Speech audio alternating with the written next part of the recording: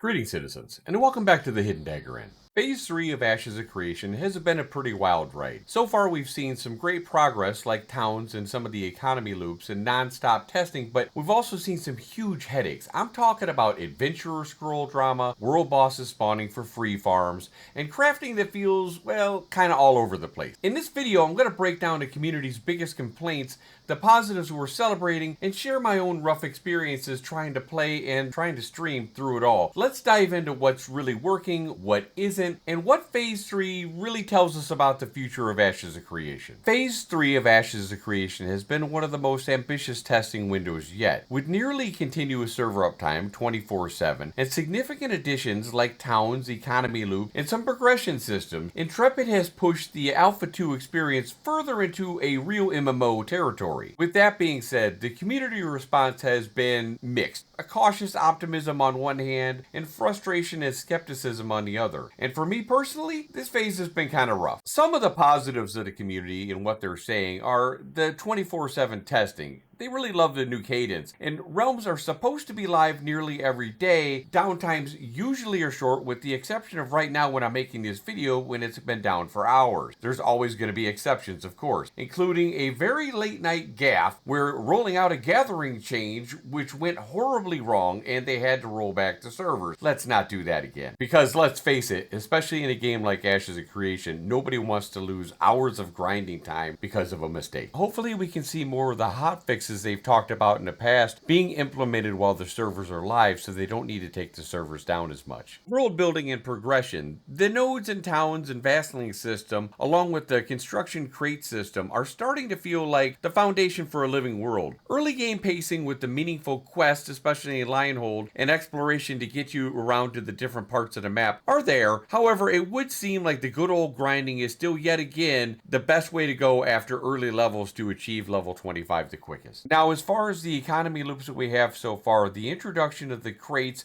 and the transport mechanics to taking them from the villages to the other villages have shown promise. However, I do find them a little bit hard to understand and hope that they give some more details on how the crate system really works and how the payout system really works. They have the money up there, but I've also found that it never usually ends up being what they say I'm going to get. At some point, I even got 0 copper for my effort. Also, due to the crashes that I always seem to be getting, and I'm sure others have experienced it well, I also found out that you lose your pack if you go ahead and log out and you find it somewhere back on the road, and some yahoo probably has picked it up and made off with your coin by that point. So I'd like to see where your pack actually logs out with your character if you get disconnected. And as far as guild leveling, with the new lawless zones being implemented, it is much easier to get those trophies for even smaller guilds to go ahead and start getting those, making the packs, and leveling up their guild. Now getting to the negative. Definitely for me and many others, there's been performance issues. Frame drops, crashes, jank animations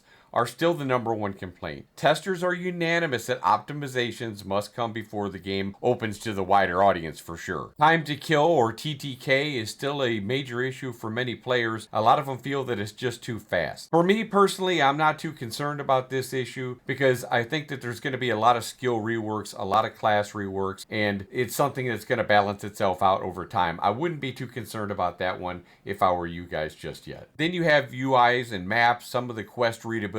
Sometimes NPC discoverability do remain major pain points for people. There's also some progression bottlenecks. You have some really overcrowded POIs. A few grind walls like the 9 to 10, the 19 to 20 are just absolutely brutal. And then you have the POIs with the inconsistent drops. I've been in pretty much all of them, and I'd say by far Steel Bloom is dropping the most gear, and I kind of wish they'd go back to the way it was at the start. It does make gearing kind of uneven across the server.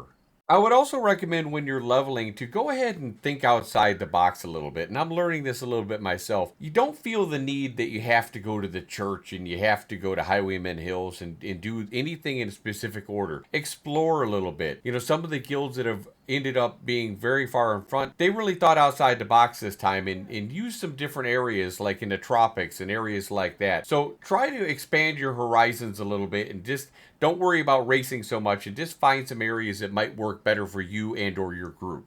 There's definitely some node progression concerns. Some fear that runaway node growth will imbalance regions and lock out players. Nodes like Winstead should not have Highwayman Hills, that's a level 10 to 15 area, that leads right into Steel Bloom, which is 16 to a 25 zone. There were leaps and bounds ahead of everyone else, and that's more than the standard deviation. One of these zones needs to be neutral, like the Befallen Forge is. They need to offer more incentive for players to go and spread out across the world and start leveling in other nodes. Another issue that I hope they take another look at, this whole new unstuck thing and you die. While I understand this is an effort to keep fast travel, the way they want it, the fact is this game is still in an alpha. And we get stuck a lot, especially in mountains. Having to kill yourself and lose experience in your glint is a big issue, and they need to find a better way. As far as my personal experience in Phase 3, while I appreciate a lot of what Phase 3 is trying to accomplish, I can't help but feel baffled by some of Intrepid's decisions. One being their Adventurer Scroll debacle. I honestly can't comprehend what they were thinking with 16% 3-hour Adventurer Scrolls, 25% if they were rare. They went live, players surged ahead, and then a few days later, they said, oh, we're going to yank the scrolls and make them 5%. All that did was widen the gap between the early adopters and everyone else was left in the dust trying to catch up. It was a self-inflicted wound that didn't need to happen. They were informed about this from the testers in PTR, and yet they didn't change it. Equally as frustrating is the current design where world bosses just respawn after restarts, which we've had a lot of. This hands uncontested farmer rights to already powerful and dominant guilds. Restarting farming should not be a mechanic. It undermines the competitive spirit that the game is supposed to encourage. Instead, bosses should dynamically spawn very randomly with a world message nearby saying, I don't know, the ground shakes violently as Cyclops emerges from the shadows of the forest. A message like that would give guilds a chance to mobilize, test their teamwork, and bring conflict to the forefront. The unpredictability would create meaningful and contested encounters instead of a free farm handout. Instead of everyone logging out at the boss and eliminating him as soon as the server goes up. Another concern I have has been the crafting confusion. Crafting has been on a roller coaster, and at the start of Phase 3, the system felt right, at least to me.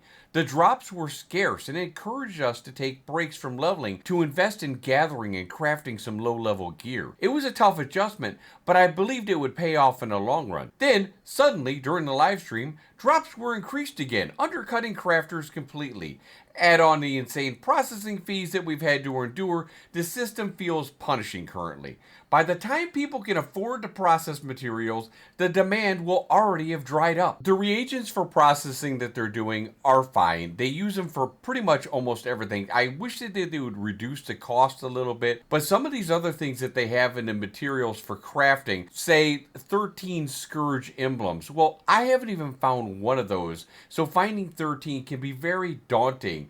And I wish they would just drop it down to maybe like 1 emblem or 2 emblem, because let's face it, most people just vendor that stuff anyway. A possible solution for that is just make those where they don't get any copper for selling those, where if they're going to hold on to them, they can list them on the market and then probably make far more money just by putting them on the market. And along with the actual drop, bosses will drop the recipes and they'll also drop a material that's needed in the craft. Some of these recipes are ridiculous, even asking for 40 plus of those dropped items that you need to craft the material to make the actual item. That is insane. So with the exception of like some jewelry like the Steel Bloom rings, which are actually selling because people are actually able to obtain the materials, the rest of the crafting recipes really need a hard look. I liked their original idea of scarcity, and right now I believe it's more geared to frustration, not challenge. And if Intrepid asked me, I'd suggest common should drop often to fill gear slots. I believe anything uncommon or better should be a really rare boss drop or should be funneled from players towards crafters, which would be a major upgrade, even an uncommon over a common.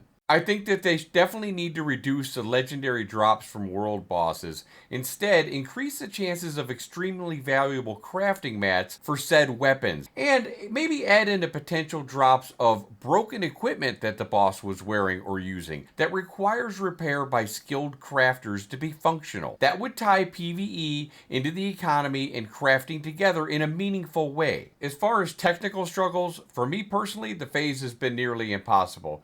I tried to stream it, I was on a lot, and it just got crazy, even from the launch day. I was booted with the EAC error, forced to remake my character because mine was stuck into the world, and sat through super long queues on both accounts. Since then, I've had to relaunch the game, sometimes up to a dozen times just to get it to work. For me, this has been the worst phase as far as crashes, but this is my first phase that I've had real problems, so I guess it was just my time, my number was up. I'm sure those crashes will be taken care of in short order. I know I'm not the only one having to deal with these. Also, as far as the server stability, dynamic gridding cannot come soon enough. So my verdict so far for this part of the phase, I've heard mixed results on the phase 3, ranging from the worst yet to better than 2.5. For me, it landed closer to rough than smooth. That said, I still see the potential, and I still am having fun. The bones of Ashes of Creation remain incredibly strong, with the dynamic town settlements now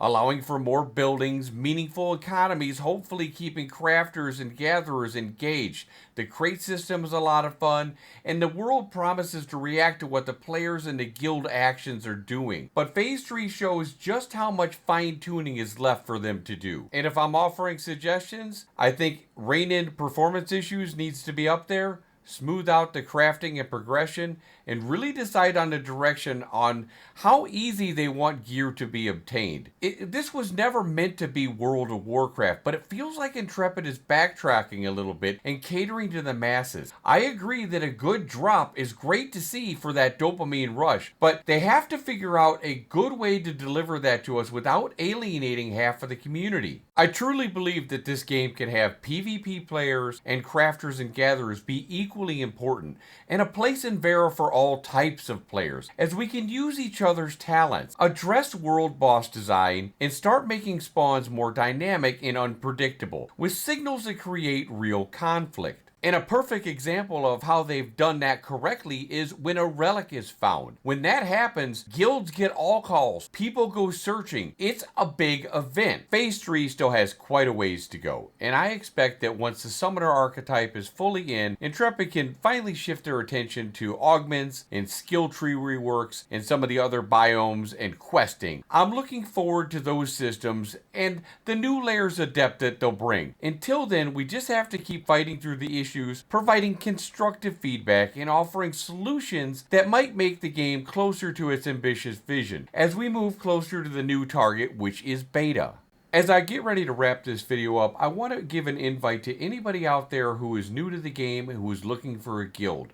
I've had a very good experience in Aura, and I invite you to come check them out to see if a guild is for you. With that being said, thank you, Vera, for watching, and may all your caravans find safe passage. Take care, all.